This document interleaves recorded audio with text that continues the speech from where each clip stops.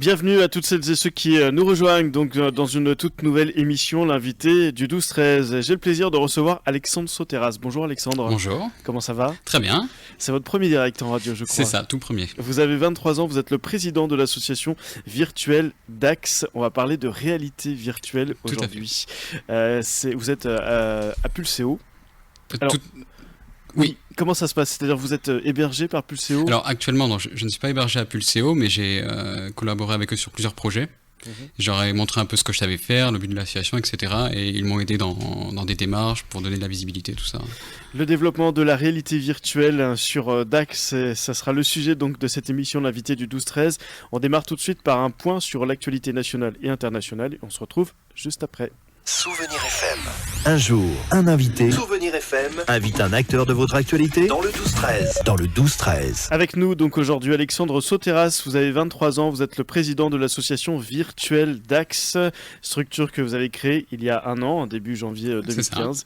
C'est tout jeune, vous êtes en 4e année donc, de cursus ingénieur en développement informatique. Tout à fait. C'est raccord à peu près. C'est ça, c'est lié. Ouais. C'est logique. Qu'est-ce qui s'est passé en 2012 ? Vous avez découvert la technologie de ces fameux casques virtuels, de cette fameuse réalité virtuelle qui refaisait surface il y a maintenant pratiquement 4 ans. Qu'est-ce qui s'est passé exactement ? En fait, la société Oculus a développé un premier prototype de casque de réalité virtuelle. Donc, ils ont créé une campagne de crowdfunding de financement participatif sur Internet. Donc, c'est à ce moment-là que j'ai pu découvrir un peu ce que c'était. Donc, ils avaient mis des vidéos pour expliquer le concept, etc.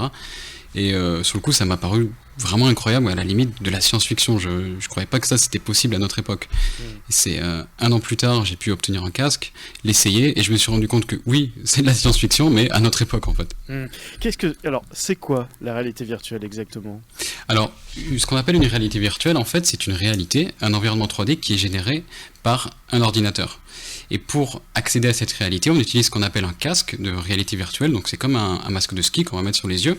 Et quand on a ce casque, on est complètement immergé dans cet environnement. C'est-à-dire que si on regarde avec le casque à gauche et à droite, on voit toujours l'environnement et pas du tout l'environnement réel en fait. On est complètement à l'intérieur. C'est vraiment immersif, c'est-à-dire qu'on a vraiment, j'en ai jamais essayé, donc on a vraiment cette impression d'être plongé dans une autre réalité, entre guillemets. On a vraiment cette impression. On sait d'une certaine manière que c'est pas la réalité, parce que c'est pas encore photoréaliste, mais si je vous mets par exemple au bord d'une falaise en réalité virtuelle, vous allez avoir le vertige. Là, vous savez que vous êtes assis sur une chaise en fait. Donc il y a confusion un petit peu d'essence. Enfin, on a cette impression, que d'être dans une. C'est ça, c'est le cerveau arrive pas du tout à suivre. Il voit quelque chose, il sait que c'est pas la réalité, mais il est quand même obligé de l'interpréter en fait.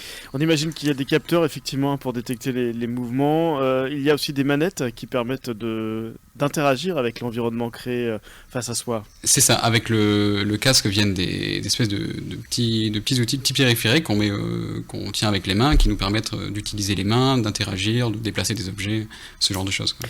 Alexandre Soteras, je rappelle que je suis avec le président de l'association virtuelle DAX. Vous parlez d'une technologie qui a refait surface. Ça veut dire qu'elle a déjà été...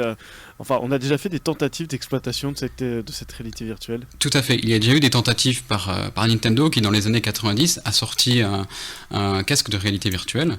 C'était, je crois que c'était leur premier essai, mais la technologie n'a jamais décollé parce que c'était d'une part trop cher et d'autre part la technologie n'était pas là en fait. Ça donnait pas les résultats qu'on attendait. C'était pas fluide. C'était pas pratique en fait. Oui, je me souviens, je crois, de cette période-là dans les années 90, effectivement, avec cette tentative. C'était déjà assez impressionnant pour l'époque, vraiment pour l'époque. Oui. Mais je me souviens, j'ai le souvenir d'images très 3D, très cubiques, comme ça. On était au démarrage de la 3 dimensions. Aujourd'hui, on peut créer facilement des environnements comme ça virtuels. Enfin, facilement, non, mais on peut en créer, quoi. Tout à fait. Maintenant, c'est beaucoup plus à la portée de tout le monde, pour peu qu'on sache un peu modéliser en 3D, utiliser quelques logiciels pour créer des environnements, etc. On peut très facilement créer un environnement immersif et pouvoir l'exploiter. Qu'est-ce qui a fait que cette technologie a refait surface il y a maintenant 3 ans, plus de 3 ans ? Alors si maintenant la technologie est viable, c'est surtout grâce à l'industrie du mobile. L'industrie du mobile s'est beaucoup développée ces dernières années. On veut toujours des écrans plus fidèles, plus rapides, etc. Ça a fait énormément baisser ça fait déjà faire énormément de recherches dans ce domaine-là. Ça a fait baisser le coût des composants. Et la société Oculus en a tiré parti pour utiliser ces matériaux où il y avait eu beaucoup de recherches dessus pour créer les casques et les rendre beaucoup plus accessibles. Vous avez créé l'association virtuelle de Axe, on expliquera dans quelques instants pourquoi, tout simplement. Souvenir FM. Un jour, un invité, c'est le 12-13 de Souvenir FM. Environnement, politique et vie sociale. Tous les jours de la semaine. Souvenir FM invite un acteur de votre actualité dans le 12-13. Dans le 12-13. Et aujourd'hui, notre invité, c'est Alexandre Soteras, le président de l'association virtuelle d'Axe. Une question sur cette réalité virtuelle. Est-ce qu'en posant un casque de réalité virtuelle, ça s'appelle comme ça, un casque de réalité virtuelle ? D'accord. Est-ce qu'on peut regarder des films, par exemple ? On peut tout à fait regarder des films. Ce qui se fait actuellement, c'est qu'on peut être projeté dans une salle de cinéma virtuelle, on peut avoir un écran de la taille qu'on le désire, et projeter n'importe quel film dessus. D'accord, tout simplement. Pourquoi alors vous avoir créé cette association virtuelle d'Axe ? Alors dans un premier temps, le but c'était déjà de faire découvrir cette technologie, qui est la réalité virtuelle au grand public, donc le faire tester à petits et grands. Pour cela on est passé dans des maisons de retraite, on a fait quelques interventions à l'Escale, qui est à Dax, lors du salon du jeu. Et pour Halloween aussi apparemment. Pour Halloween, voilà, on a surtout pas manqué ça, on a montré des petites démos un peu de terreur aux élèves, aux jeunes qui étaient sur place. On a eu beaucoup de hurlements. Oui, et beaucoup de rire aussi, donc ça a hurlé à l'Escale. Ouais. C'était vraiment sympa. Et dans un deuxième temps, ce qu'on aimerait, c'est pousser la réalité virtuelle dans l'éducation en fait. Ce qu'on aimerait, c'est pouvoir amener cette technologie dans les salles de classe. Par exemple, revivre une époque passée, retourner au Moyen-Âge. Exactement, pour les cours d'histoire, pourquoi pas faire revivre aux élèves l'Égypte antique, Rome, la guerre mondiale, peu importe, n'importe quel événement passé, on peut le faire revivre, lui donner une toute nouvelle dimension et en apprendre davantage dessus. Visiter un volcan. Visiter un volcan, voilà, ça, typiquement c'est le genre de choses qu'on peut pas faire en salle de classe, même en réalité de toute façon. Donc voilà. Pareil, aller dans l'espace pour l'instant en tout cas. Allez, oui, voilà, ça coûte un peu cher pour l'instant. Oui. Et c'est ce que vous avez proposé d'ailleurs aux pensionnaires de l'EHPAD, non ? C'est ça, on est passé au centre Quintéba et on leur a fait une visite de l'espace. Voilà, on les a placés en orbite, on tournait autour de Mars, tout ça, donc ça déboussole un peu, ils étaient très impressionnés. Oui. Ils étaient impressionnés effectivement. Vous-même, hein, vous tenez un blog, on le donnera avant la fin de l'émission, le nom de ce blog, et vous expliquez que justement après avoir tenté plusieurs fois donc un enseignement à la fois présentiel et donc en présence, on précise, et à distance, vous avez dit que par exemple le casque virtuel contribuerait justement à apporter un énorme bonus quand même quand on apprend à distance. C'est ça, il y a deux aspects où ça peut vraiment aider l'éducation. Il y a déjà l'aspect que dans n'importe quel cursus, on apprend des choses qui sont abstraites, des choses qu'on ne peut pas voir vraiment, on voit à travers des livres, des images, etc. Et la réalité virtuelle permettrait de vraiment nous plonger dans ces éléments abstraits. Et d'une deuxième part, il y a aussi, comme vous dites, la problématique quand on apprend à distance, c'est qu'on n'a pas de professeur à côté de soi, on n'a pas ses camarades de classe à côté de soi, et la réalité virtuelle pourrait permettre de partager une salle de classe avec son professeur, une centaine d'élèves, et de pouvoir vraiment collaborer comme si les personnes étaient à côté.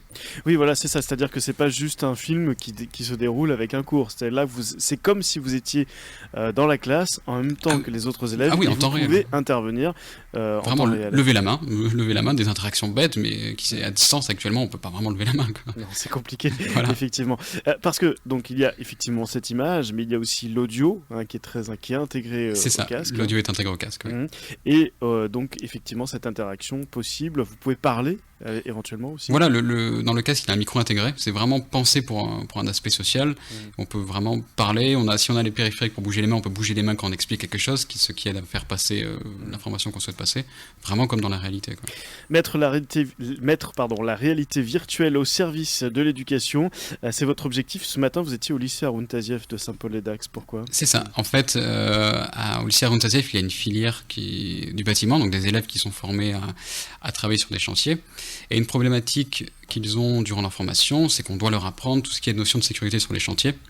Mais concrètement, on ne peut pas amener une classe de 30 élèves sur des chantiers pour les faire passer sur des échafaudages et leur faire voir en réalité c'est pas possible et c'est dangereux.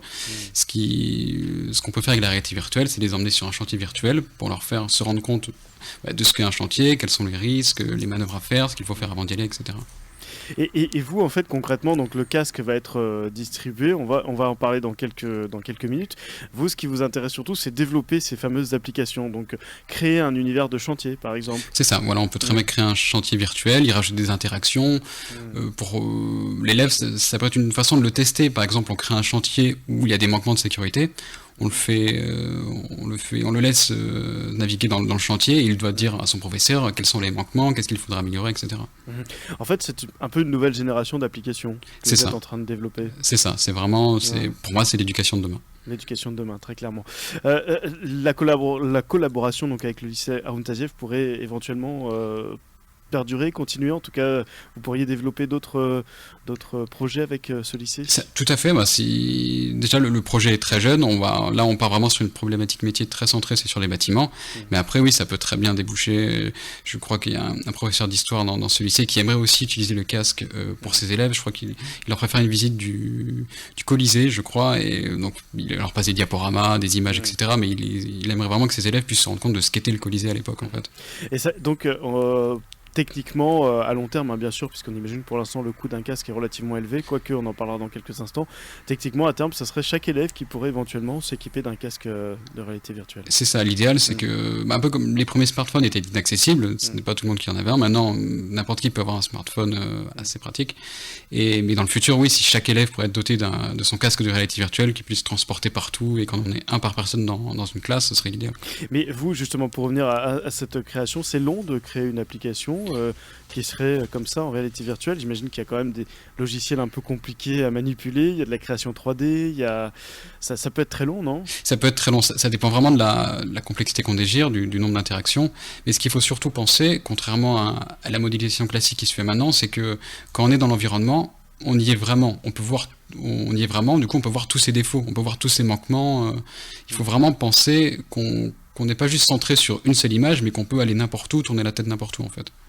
C'est ça, donc c'est de l'immersion totale et complète, voilà, effectivement. C'est ça. Et donc vous, au service de l'éducation, on reparlera de l'association dans quelques instants, on va marquer une nouvelle pause, si vous voulez bien. Toujours avec vous, Alexandre Soteras, président de l'association virtuelle Dax. Vous avez participé au salon Créative organisé à Pulseo, c'était le 8 décembre dernier.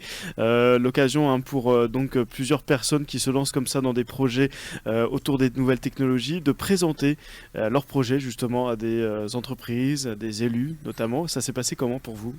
Alors ça s'est très bien passé, c'était vraiment une super initiative de Pulseo de lancer un tel événement. Ça nous a permis de montrer au public un prototype sur lequel on a travaillé d'environnement éducatif. Du coup, on a pu faire essayer le casque aux gens, leur faire voir l'intérêt que ça pourrait apporter dans l'éducation, et surtout, ça a permis d'avoir des retours de professionnels, et de professionnels dans l'éducation. C'est vraiment un échange très intéressant. En tout cas, eux, ça les a beaucoup intéressés. Ils ont vu la portée pédagogique aussi de ce que vous proposez. Tout à fait, parce que le plus dur dans la réalité virtuelle, c'est d'en parler et sans l'avoir essayé, en fait. C'est vraiment quelque chose qu'il faut essayer pour se rendre compte des possibilités, de l'immersion que ça donne. Oui, et puis c'est grâce à cet événement aussi que le lycée Haroun Tazieff vous a contacté ensuite, à organiser, on va dire, cette rencontre aussi avec les élèves ce matin et peut-être des projets à terme. Exactement, c'est vraiment de fil en aiguille que ça se concrétise, quoi. De retour avec Alexandre Soteras, donc le président de l'association virtuelle Dax. Alexandre, peut-être on rappelle donc l'association a été créée dans le but de développer la réalité virtuelle à travers ces fameux casques. C'est ça. Et vous donc pour une portée éducative. C'est ça. Ce qu'on aimerait vraiment, nous, c'est pousser l'utilisation du casque dans les salles de classe. Vraiment le rendre, que ce soit un outil aussi naturel qu'un cahier de cours ou un ordinateur au sein du CDI. C'est quand même la possibilité, si vous mettez le casque, d'aller vous balader dans l'espace, ou pourquoi pas de repartir dans le passé, en Grèce antique, pourquoi pas. Voilà, il y a vraiment les possibilités sont infinies. On peut vraiment, tout ce qu'on apprend actuellement, on peut maintenant le voir sous un autre angle, d'une façon qu'on ne peut pas voir en salle de classe, en fait. C'est cette société qui s'appelle Oculus qui va proposer. C'est déjà le cas ou c'est pas encore tout à fait... C'est pas encore le cas. Les précommandes ont été ouvertes, mais la version commerciale de ce casque va commencer à être expédiée à partir d'avril. Donc en avril prochain, vous pourrez éventuellement vous procurer un casque de réalité virtuelle autour de 700 €, le casque que propose Oculus, c'est ça. C'est ça, le prix est de 700 €, sachant qu'il faut aussi un ordinateur qui puisse le faire tourner. Et le prix moyen d'un de ces ordinateurs, c'est autour de 1000 €. C'est effectivement un investissement. Alors, c'est pas anodin cette information. Cette société Oculus a été rachetée par Facebook il y a peu. C'est ça. Ça veut bien dire ce que ça veut dire. Ça veut dire que Facebook croit vraiment au projet et veut vraiment l'utiliser pour ses plans futurs. Alors, sachant que là, la vente de ces fameux casques pour des particuliers, c'est pas uniquement à portée éducative, ça peut aller aussi au-delà pour du divertissement, par exemple. Pourquoi, à votre avis, les gens achèteraient un casque de réalité virtuelle ? Parce que les gens aiment rêver et ont besoin de rêver. C'est pour ça que le cinéma marche aussi bien, c'est que les gens aiment oublier la réalité et être plongés dans un monde qui n'est pas le leur, un monde fantastique.